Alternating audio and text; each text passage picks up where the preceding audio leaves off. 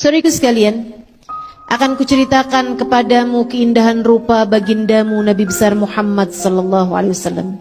Keindahannya tak ada sesiapa pun menandingi, sebab ia penuh, utuh, tak terbagi. Keelokan wajah beliau dan keindahan badan beliau, agar di saat kamu membayangkan Nabi Muhammad, kiranya bayanganmu tersebut tak terlalu jauh dari kenyataannya. Ribuan sahabat Nabi Muhammad memandang wajah dan bertemu secara langsung. Akan tetapi tak banyak yang dapat menceritakan detail wajah beliau.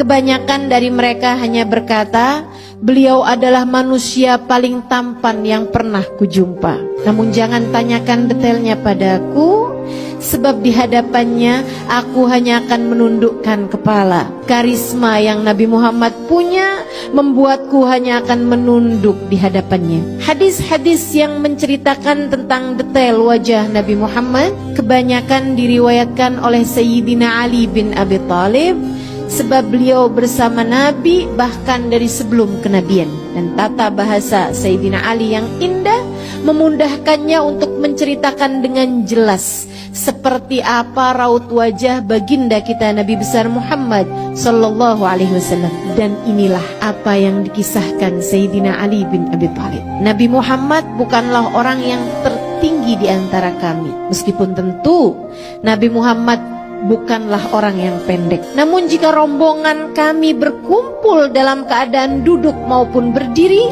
Nabi Muhammadlah yang lebih dahulu terlihat di antara kami semuanya. Nabi Muhammad tidak gemuk, tidak pula kurus. Beliau berdada bidang dengan tulang dan bahu yang lebar. Saat berjalan, langkahnya tegap dan ringan. Nabi Muhammad berkulit halus, tidak berbulu banyak, namun beliau memiliki bulu halus dari dadanya hingga ke pusar. Kulit Nabi Muhammad berwarna putih kemerahan, bahkan tatkala beliau sedang marah ataupun malu, terlihat semburat merah di wajah beliau yang menambah keindahan wajahnya. Nabi Muhammad rambutnya tidak lurus, tidak pula keriting. Rambutnya ikal, bergelombang, berwarna sangat hitam. Beliau tidak banyak beruban. Bahkan di masa tuanya, saat beliau wafat, hanya ada sekitar 20 uban di rambut beliau yang sangat lebat. Rambutnya seringkali dipotong pendek, seperti layaknya kaum laki-laki pada umumnya. Namun pernah juga karena kesibukan berperang, rambut Nabi Muhammad tidak sempat dipotong hingga menutupi bahu beliau. Tapi ini hanya sesekali sahaja, seperti yang tadi saya sampaikan. Keseringannya Nabi Muhammad dipotong pendek. Jadi sangat salah kalau ada anak-anak muda sekarang di rambutnya panjang kemudian bilang ini sunnah Nabi, kalau mencontoh Nabi Muhammad yang kebanyakannya. Dan lagi pula Nabi Muhammad masa itu rambut beliau panjang sampai dengan melewati bahu karena kesibukan berperang. Anak kita sibuk apa? Pernah juga Nabi Muhammad digundul habis rambutnya, dipotong habis rambutnya. Salah satunya ketika tahallul selepas haji wada. Wajah Nabi Muhammad lebih ke bulat. Melihatnya membuat kita teringat pada bulan saat purnama. Dahi beliau lebar, alfiyul anfi, mimiul fami, nuniul hajib. Hidungnya seperti huruf alif, kecil, tegak, mancung. Itu hidung Nabi Muhammad. Hidung saya lebih mirip huruf ta, lebar dan berbaring.